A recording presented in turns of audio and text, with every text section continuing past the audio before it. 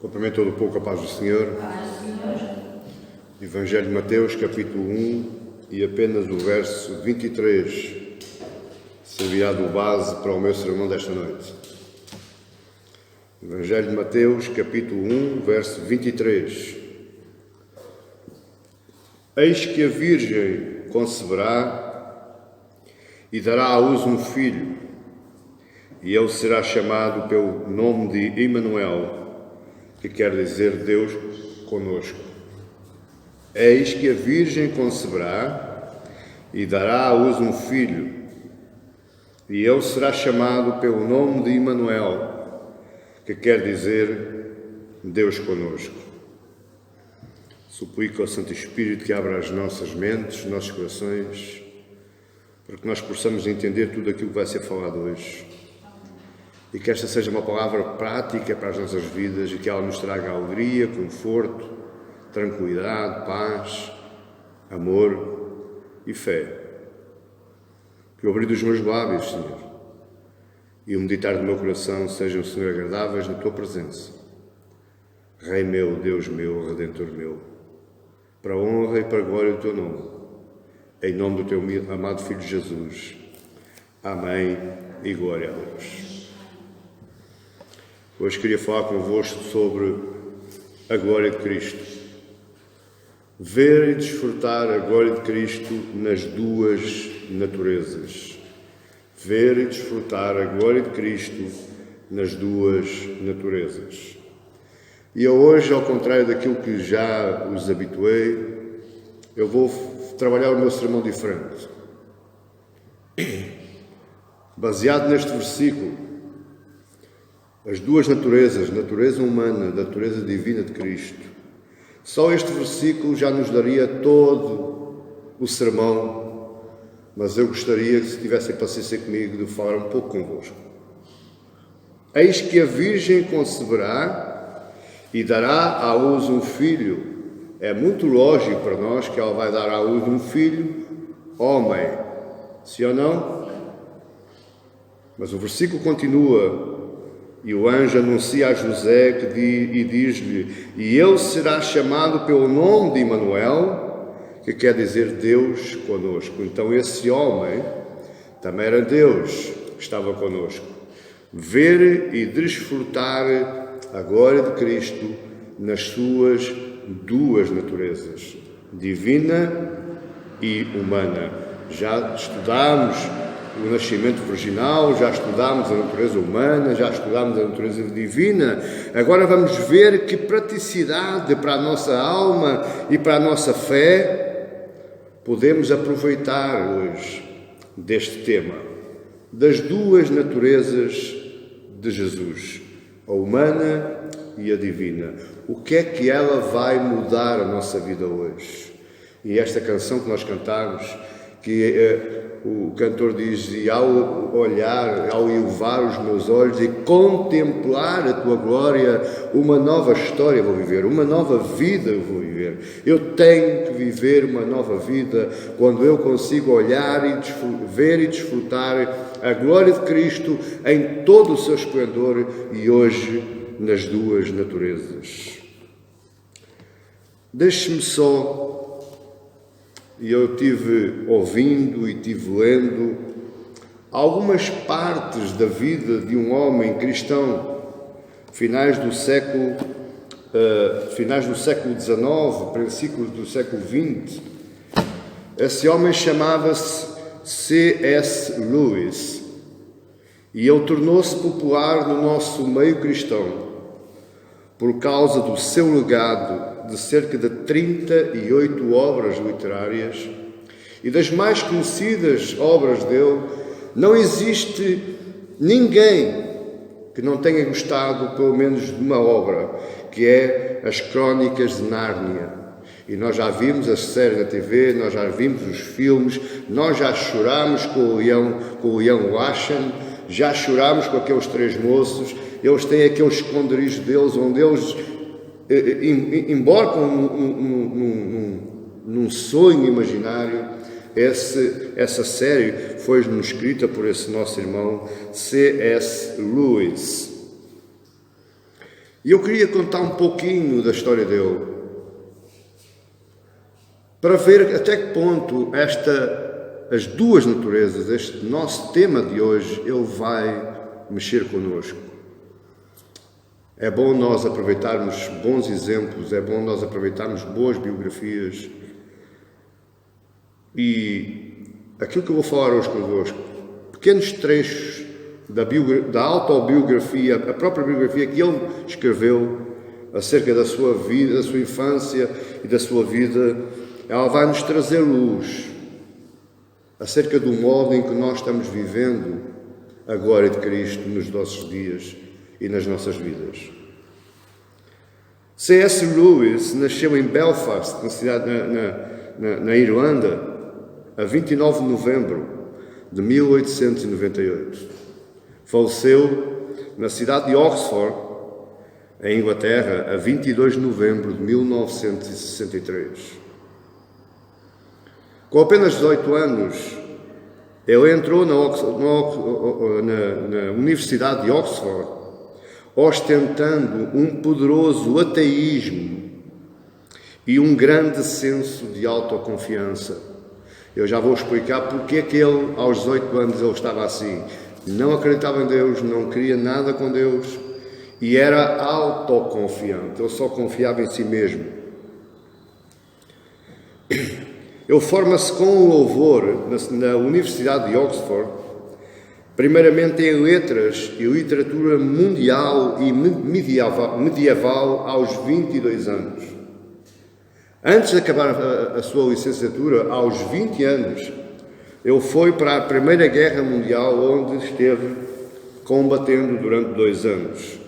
Após esses 2 anos, ele regressa à universidade e ele forma-se em letras e literatura mundial e medieval. Quando ele acaba esta candidatura, esta primeira candidatura, ele forma-se também em teologia e linguística. Este homem era um crânio. Como homem, como mente, ele era um crânio.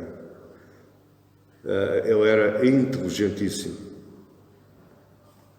Após ter sido criado, ele foi criado no seio da igreja, na igreja da Irlanda, a igreja protestante da Irlanda. E ele foi criado no seio da igreja com o seu irmão, com o seu pai e com a sua mãe. Ele foi criado no seio da igreja. À parte disso, talvez derivado à sua mente, de ser uma mente tão conquistadora de outros mundos, outros horizontes, ele vivia a sua infância dentro da biblioteca da cidade de Belfast, onde ele devorava livros de toda a qualidade e feitio. Mas a vida trouxe-lhe um percalço. Com apenas 10 anos, ele e o seu irmão, juntos, sofrem o primeiro grande embate das suas vidas. A morte prematura da sua mãe, apenas com 10 anos. O irmão tinha mais 3 anos do que ele. Não só a morte prematura da mãe os afetou, como por causa da morte também da mãe, o seu pai torna-se alcoólico. Já que não bastasse, que eu já vou mais à frente, pelas palavras de Lewis, ele torna-se alcoólico, não bastava ele ser uma pessoa muito nervosa e de emoções muito à flor da pele, com a morte da sua esposa ele tornou-se alcoólico. Começa a imaginar a vida do Lewis e do seu irmão, apenas 10 anos. Antes da morte da sua mãe, e isto estou citando pequenas frases dele, da sua autobiografia, ele dizia que a sua infância, ou seja, ele definiu a sua infância numa pequena frase. Ele disse que feliz, mas de tão feliz, vulnerável. Por outras palavras, o que eu queria dizer é que ele era tão feliz que ele tinha medo de perder essa felicidade. Ele tinha medo que a felicidade se fosse embora e ele ficasse vulnerável. Se fosse aqui à moda portuguesa, ele dizia assim mais ou menos, tão feliz, que se for mais feliz estraga. Após o diagnóstico de câncer da sua mãe, Lewis, ele começou a orar a Deus pela cura da sua mãe. Ele fala que ele orava fervorosamente a Deus. Ele acreditava plenamente que o Deus dos seus pais, do seu irmão e dele, o Deus da igreja de Belfast, era poderoso para curar a sua mãe. Mas conforme ele conta, parece que as suas palavras caíam em ouvidos surdos, de tão distantes. Parece que as orações fervorosas que ele produziu a Deus, parece que Deus tinha os ouvidos tapados, que não ouviram. E aos 10 anos a sua mãe morre. Lewis agora opta por uma outra estratégia. Já não poderia mais orar pela cura da mãe, e ele agora começa a orar pela ressurreição da mãe, porque ele conhecia a Bíblia. E ele sabia que o Deus dos céus criou a terra e criou o mar, que era poderoso, tanto para curar, mas como não quis curar, não ouviu as suas orações, agora possivelmente ele iria ressuscitar a sua mãe. Que não aconteceu. Após a morte da mãe de Lewis, após a morte da mãe, Lewis conclui o seguinte, e agora passo a citar, são palavras dele: as crianças não sofrem menos do que os mais velhos, mas as crianças sofrem de um modo diferente. Para nós, crianças, para nós, ele e o irmão, a verdadeira perda aconteceu antes da morte da mãe. Fomos perdendo gradualmente à medida que ela se retirava lentamente da nossa vida. À medida que ela precisava de ficar nas mãos das enfermeiras. Estamos a falar em 1900 e pouco. Não havia os hospitais que nós tínhamos, as pessoas eram tratadas dentro de casa. As enfermeiras e os médicos que entravam e saíam, aquilo era um corrupio e as crianças tinham que se afastar, e à parte disso era montado dentro das casas uma verdadeira enfermaria com aqueles éteres e aqueles produtos todos. À medida que ela precisava de ficar nas mãos das enfermeiras. Mas ele continua. Fomos perdendo gradualmente à medida que a nossa existência se tornava em algo estranho e ameaçador. Enquanto a casa era tomada de cheiros esquisitos e as sinistras conversas sussurradas a pontos de que nem eu, nem meu irmão entendermos o que estava passando. Você consegue imaginar a mente de uma criança de 10 anos assim? A viver assim? Toda a sua vidinha, aquela vidinha feliz, estava-se desmoronando. Um castelinho de cartas que pouco a pouco, carta após carta, ela se ia desvanecendo à medida que a doença da mãe ia progredindo. Você consegue imaginar uma criança assim? A doença e a morte da sua mãe, elas trouxeram dois resultados imediatos à vida de C.S. Lewis. O primeiro, que emocionalmente falando, ele perdeu o seu pai. O pai perdeu a razão. Entrou nos campos do alcoolismo. Entrou na perca total. Mas o segundo resultado imediato foi que a perda da mãe o uniu a seu irmão de uma forma poderosa e indestrutível. Para que você saiba, C.S. Lewis, dos 38 livros que ele escreveu, ele não datilografou nenhum. Ele escreveu-os todos à mão. E quando os manuscritos estavam completos, estavam terminados, era o irmão que datilografava as obras de Lewis. Veja a união que estava aqui. Mas ele continua ainda falando ainda do pai e destas emoções, dizendo: meu pai sempre foi uma pessoa nervosa, e as suas emoções nunca foram contidas.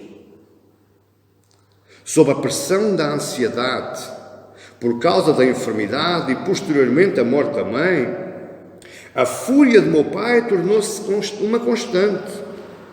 Com o passar do tempo, esse homem infeliz, sem o saber, ele perdia não só a sua esposa, como também os seus filhos. Passámos, eu e o meu irmão, a depender cada vez mais um do outro. Estamos falando de uma criança de 10 anos e de uma criança de 13 anos, vivendo este drama. Poderia ser o seu drama, poderia ser o meu drama. Podia ser a sua vida, podia ser a minha vida. Por causa disto, nos acostumamos a mentir ao pai. Eles mentiam porque o pai falava e eles diziam: pai, está tudo bem. Estava nada. A vidinha daquelas crianças estava desmoronada. 2 miúdos, olha o que ele diz agora.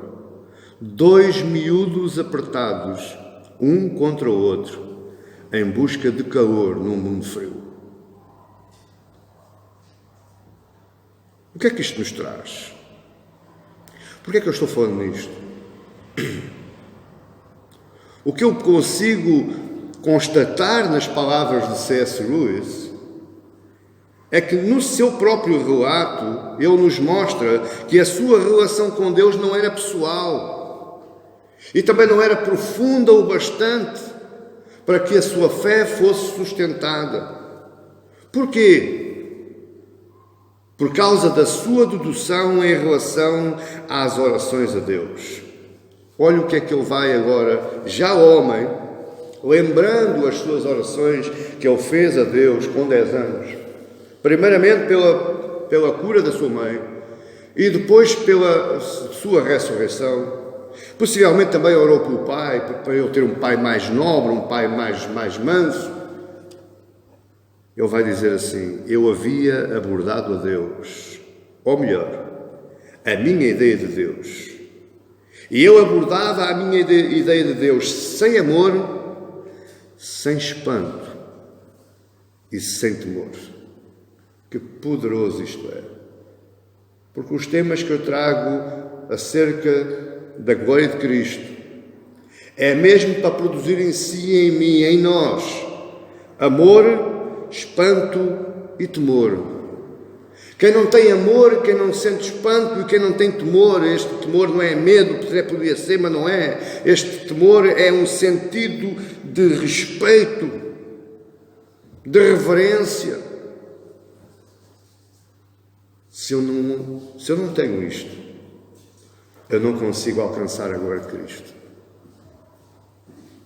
É isto que a glória de Cristo tem que provocar em nós: amor, espanto, deslumbre, admiração, contemplação e temor.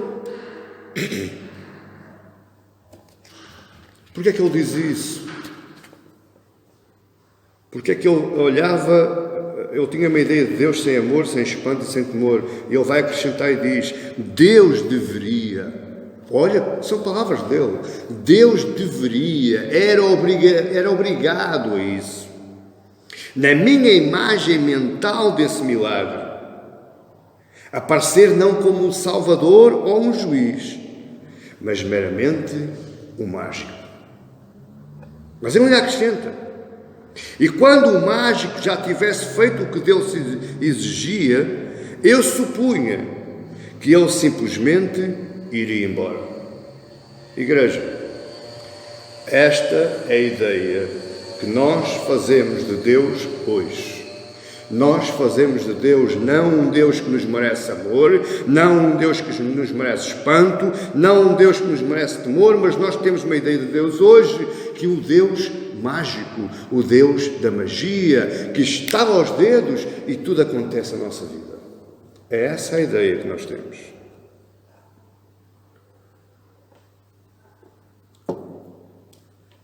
É essa a ideia de Deus que nós temos. É essa a ideia de Cristo que nós temos. Quantas vezes nós não queremos saber dos ensinamentos? mas nos apaixonamos pelos milagres que Cristo operou. Quando nós nos esquecemos que esses milagres é consequência do ensinamento, o milagre acompanha a palavra, e nós fazemos essas ideias de Deus, um Deus mágico, porque não o amamos, não temos espanto por Ele, nem temos temor. Com a morte da mãe, caiu por terra a ideia de Lewis em relação à felicidade segura.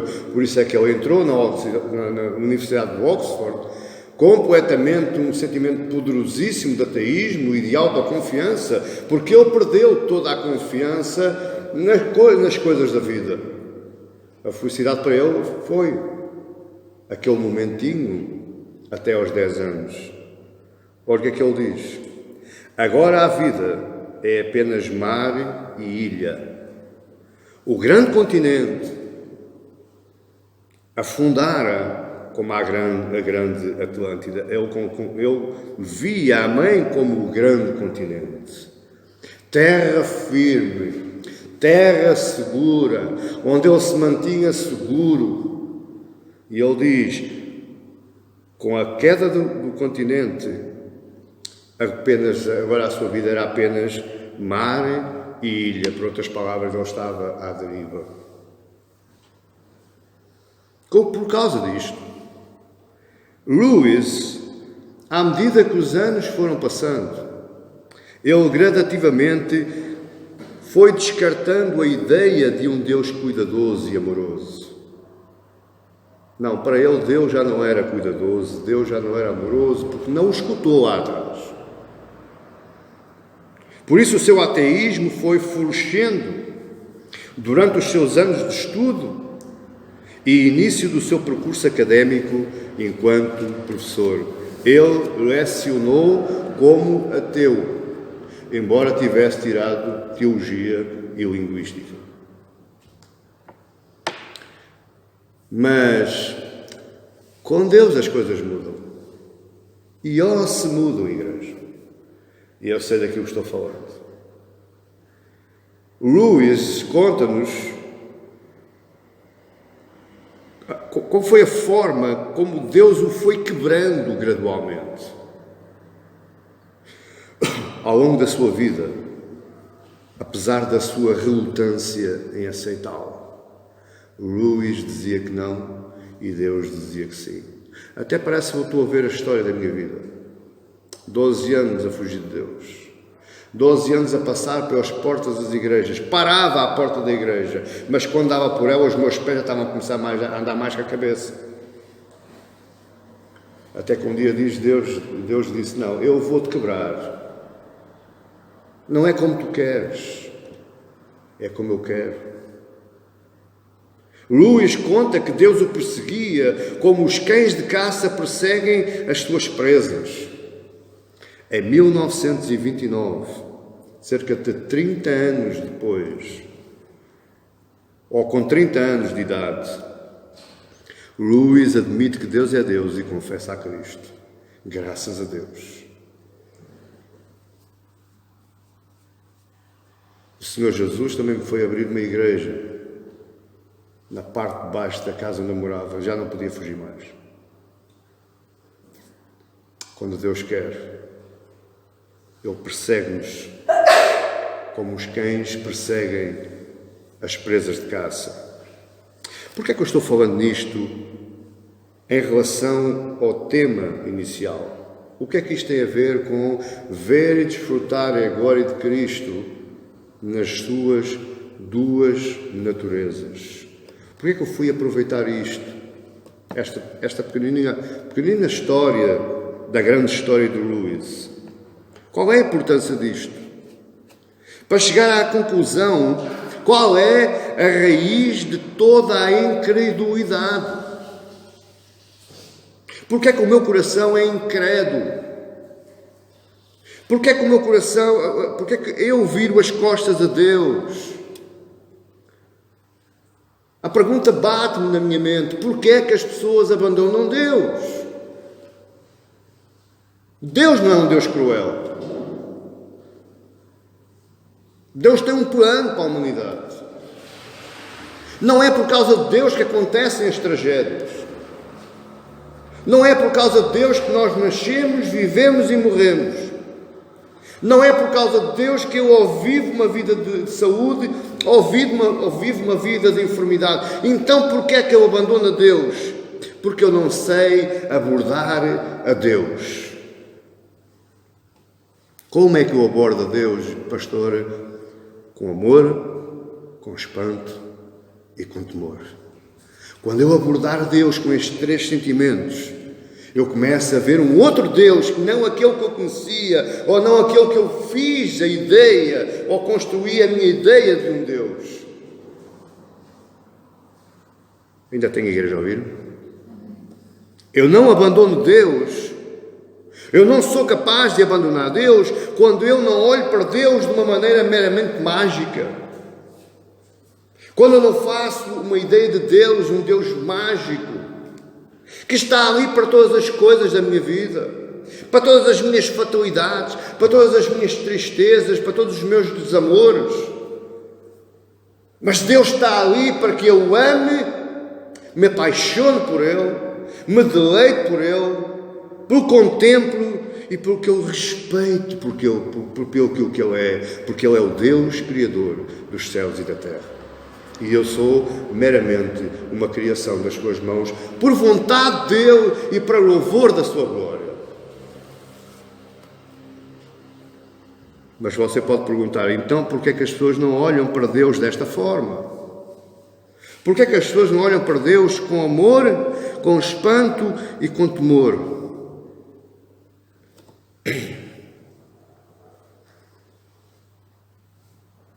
A mesma razão que faltou a luz é a mesma razão que falta aos crentes de hoje. Abra os ouvidos, igreja. Essa é a doença da nossa igreja. Eu, quando digo nossa, não é esta. É a igreja de Cristo. A igreja de Cristo está infectada.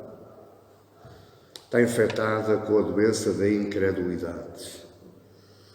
Porque quando eu olho para Deus e no momento específico da minha vida Deus não supra as minhas necessidades, Deus não supra as minhas expectativas, eu começo a olhar para Deus de lado, de soslaio, um modo duvidoso. E depois começa assim lá no fundo da minha mente: João, já pensaste se realmente Deus existe? Já começaste a imaginar se realmente aquilo que tu falas naquele púlpito, se é mesmo aquele Deus que te acompanha na tua vida? E ai de mim, quando eu dou ouvidos a essa vozinha irritante. Porque aí eu vou voltar as costas a Deus. Quando eu dou ouvidos a essa vozinha irritante, que Deus só é Deus quando está lá para mim, quando me supra as minhas necessidades, quando me abençoa financeiramente, quando me cura, quando me resolve os problemas, quando eu dou ouvidinhos a essa voz, eu perco o temor, perco o amor e perco o espanto pela glória de Cristo. Você está a entender, igreja? Este é o problema. E isto é que estamos aqui para sermos tratados. O problema da maioria dos crentes de hoje é a falta de encanto pela glória de Deus.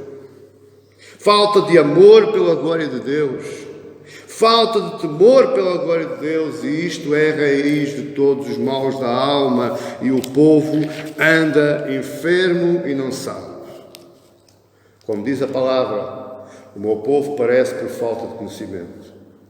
Não se ponha agora aí na lufa-lufa a estudar a Bíblia para não morrer. Não, você morre porque perdeu as três elementos mais significativos e importantes para uma vida cristã: o amor, o espanto e o temor. Buscar a satisfação final em qualquer coisa que não seja Deus é uma raiz de mal da alma. Quando eu olho para Deus só para a minha satisfação final. E é por isso, igreja, É por isso que eu combato tanto, todos os dias da minha vida, os falsos ensinamentos. Porque eu cada vez vejo mais pessoas morrendo, ainda que andando nesta vida. Pessoas caindo, ainda que estejam com a cabeça levantada. Pessoas a caminhar para o abismo e ainda por cima estão sendo levadas pela mão. E aos vão que nem cordeirinhos, sem hesitar. É isto que está matando os crentes. É isto que está matando os cristãos. Deixa que eu vou dizer uma coisa que eu vou irritar. E foi isto que estes textos de luz me ensinou. Se a cura da mãe é mais importante que o próprio Cristo, então eu estou caminhando num campo minado. A qualquer momento eu vou explodir. Se a prosperidade financeira na minha vida é mais importante do que Cristo, eu estou caminhando em terreno perigoso. Se a minha família, se o meu carro, se a minha casa, se o meu emprego forem mais importantes do que Cristo, eu mais tarde ou mais cedo eu vou morrer espiritualmente. É um campo minado que nós precisamos de aprender a abrir os olhos e sabermos onde é que estão as minas. Amém, igreja? Sabermos onde é que o diabo nos vai colocando essas minazinhas e nós vamos começando a dar ouvidos às nossas vozinhas interiores e mais tarde ou mais cedo nós vemos o nosso irmão da direita a abandonar, nós vemos o nosso irmão da esquerda a abandonar e nos perguntamos: porquê, pastor? Porque eles perderam o amor, o espanto e o temor pela glória de Cristo. Senhor Jesus, em João 6,35, ele diz, e se esta frase não lhe diz nada, eu não sei qual é a frase da Bíblia que eu possa falar para lhe dizer alguma coisa. Declarou-lhes, pois, Jesus: eu sou o pão da vida. O pão é o quê? Alimento. É a estrutura da nossa vida. Jesus é o nosso alimento. Jesus é a nossa estrutura. O que vem a mim jamais terá fome, e o que crê em mim jamais terá sede. Quem come e bebe não morre. Ele é o nosso alimento e Ele é a nossa água. Vale a pena, querida igreja, vale a pena você se apaixonar pela glória de Cristo. Vale a pena você amar a glória de Cristo. Há quem diga: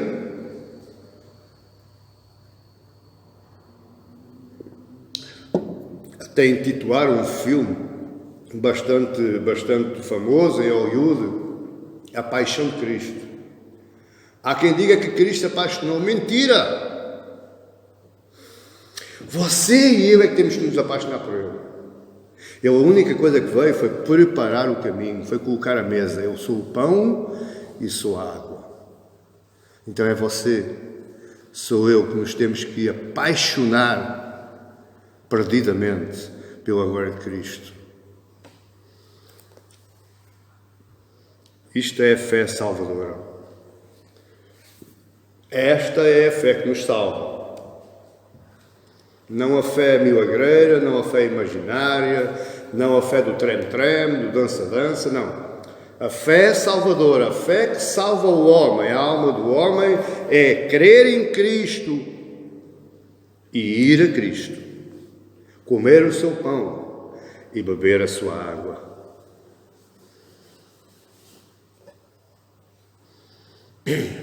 Deixa que eu lhe dê uma novidade hoje.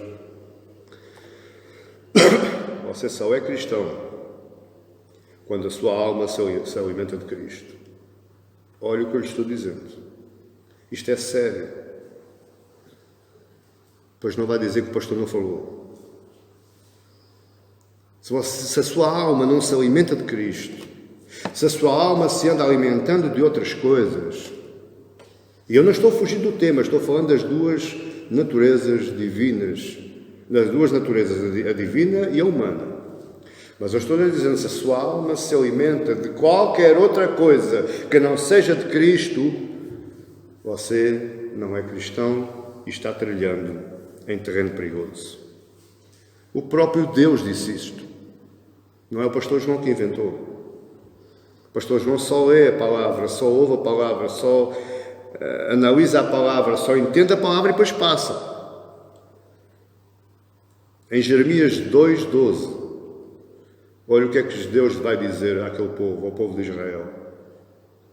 Espantai-vos disto, ó céus. Deus chama os céus como testemunha dele. Espantai-vos, verso 12, espantai-vos disto, ó céus, e horrorizai-vos. Ficai estupefactos, diz o Senhor. Porque é que Deus proclamou os céus como testemunha e diz, olhem para aquilo e fiquem horrorizados, fiquem estupefactos? Porque é que Deus disse isto? Porque explica no verso 13. Porque 2 males cometeu o meu povo. A mim me deixaram, primeiro mal. Quando você abandona Deus, quando você volta às costas a Deus, a sua alma já está enferma. Não há volta a dar. Esse é o primeiro mal. A mim me deixaram o manancial de águas vivas. Eu que sou o manancial de águas vivas, águas correntes, águas fresquinhas, águas que matam a sede, eles deixaram. Primeiro mal. Olha agora o segundo mal. E cavaram cisternas rotas que não retêm as águas. Então você vai morrer de sede. Você voltou às costas de Deus. E você procurou a sua autossuficiência, o seu autossustento. Meu querido e minha querida, quando nós fazemos isso, Deus já não está connosco. Porque nós o afastamos, o colocamos de parte. Senhor, fica agora tu aí, vai de férias, que eu agora vou resolver a minha vidinha. Porque eu também já sou crescidinho, também já sei. Quando nós fazemos isso, como dizia a minha avó, ardeu a tenda. E Paulo percebeu isto bem. Porque Paulo não era louco nenhum. Eu às vezes brinco que o Paulo era louco, era lunático, mas Paulo não tinha nada de loucura.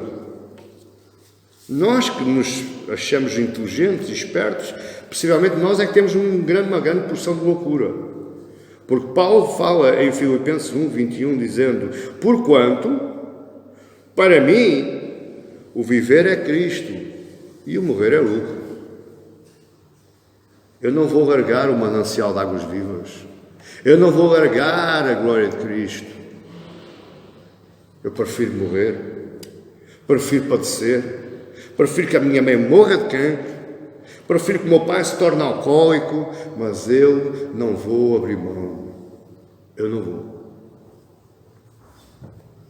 Quando Cristo é o nosso único lucro, a nossa alma se torna saudável. E é este o meu objetivo. É tornar almas saudáveis. Mas para isso, existe algo que você tem que fazer. É abrir mão. É renunciar aos prazeres. É renunciar às coisas boas. Oh pastor, mas isso é mau? Não. Eu estou farto de dizer que não. O mal é quando você coloca os seus olhos, o seu coração, as suas expectativas, quando você perde o amor, o espanto e o temor pela glória, mas se apaixona pelas coisas transitórias desta vida. Ora Deus, igreja. Ora Deus pedindo que seja Ele em si e não seja você nele. Não faça de Deus um mágico, um milagreiro, resolve problemas. Deixe que a sua vontade, a vontade de Deus, prevaleça em sua vida. Amém? Isto foi o que estes 3 dedinhos de luz nos veio ensinar, porque é uma vida humana. Assim como a sua e a minha. Possivelmente a sua vida, a minha vida, não são muito diferentes que a vida de Luís. Mas graças a Deus, ele aos 30 anos, ele percebeu, que eu vou cair no abismo. E ele se entregou a Cristo. Agora, de novo ao nosso tema. O que é que isto tem tudo a ver com as duas naturezas de Cristo? A nossa felicidade só será completa na hora de nós nos alegrarmos ao contemplar as duas naturezas de Cristo trabalhando na mesma pessoa. Quando nós conseguimos observar a natureza de Cristo, homem, e observar a natureza de Cristo, Deus, duas naturezas diferentes, na mesma pessoa, trabalhando em função de a nossa felicidade, ela vai ser suprema, ela vai ser constante, ela vai ser consistente. Você está entendendo? Porquê? Primeiro, o anjo disse a José, Emanuel, o nome vai ser Emanuel. E o tradutor, teve o Mateus, o evangelista, teve o cuidado de traduzir o que é que queria dizer Emanuel. Emanuel quer dizer Deus conosco. Então nós temos um Jesus que é homem, Deus, mas também temos um Jesus que é Deus, homem. E porquê isto? Qual a importância de ele ter que ser homem e ter que ser Deus e agora trabalha com duas naturezas ao mesmo tempo em favor da humanidade? Jesus, enquanto homem, ele sentiu compaixão, ele sentiu alegria, ele sentiu choro, mas isto também você e eu podemos sentir. Compaixão, alegria, choro, amor, prazer, você e eu podemos sentir porque somos homens. Agora, Jesus andou sobre as águas, Jesus limpou leprosos, Jesus ressuscitou mortos, e isso você não pode fazer. Só Deus pode fazer. Eu li um comentário que dizia que lá na passagem de João, quando Jesus ressuscitou Lázaro, Jesus chora como homem, mas fala como Deus. Porque se ele fosse um Deus qualquer, ou se fosse um Deus milagreiro, ou se estivesse ali para fazer algum papel de arte mágica, quando ele gritou, Lázaro, sai para fora, saíram todos os mortos, lá estavam no túmulo. Mas só saiu Lázaro, porque era Deus a falar, era Deus a dar a ordem. Mas ele antes chorou, ele antes teve compaixão pelo povo, teve compaixão por Maria, sentiu a perca, a dor, o sentimento da dor do seu querido amigo, Lázaro. Mas no mesmo instante, no mesmo minuto ou dois, ele secou as suas lágrimas de homem e abriu a sua boca de Deus. E isso só Deus pode fazer. E Jesus fez isso tudo por causa das suas duas naturezas. Quando Jesus está lá no monte, e já tardinha, diz a Bíblia, e ele olhou para a multidão e sentiu íntima compaixão. Sabe o que é que Jesus estava sentindo? Fome, como o resto do povo também. Ele estava sentindo a necessidade dos homens como homem. Mas a seguir ele se levanta e multiplica pães e peixes, como Deus. E falou para Filipe, dai-lhes voz de comer. Falar como Deus. Agora, para terminar, porque é que é importante que Cristo convirja ou culmine em si mesmo estas duas naturezas?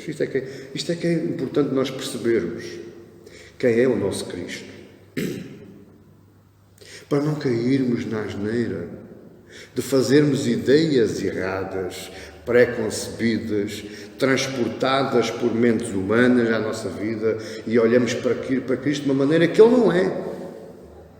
Porque Ele não é o Cristo mágico. Ele não é um Cristo milagreiro. Ele é o Cristo que é homem, Deus, e que é Deus homem. E qual é a importância de eu entronizar isto no meu coração? Primeiro, você só é perdoado Porque ele falou: filho, perdoados estão os teus pecados. Só um Deus poderia perdoar pecados.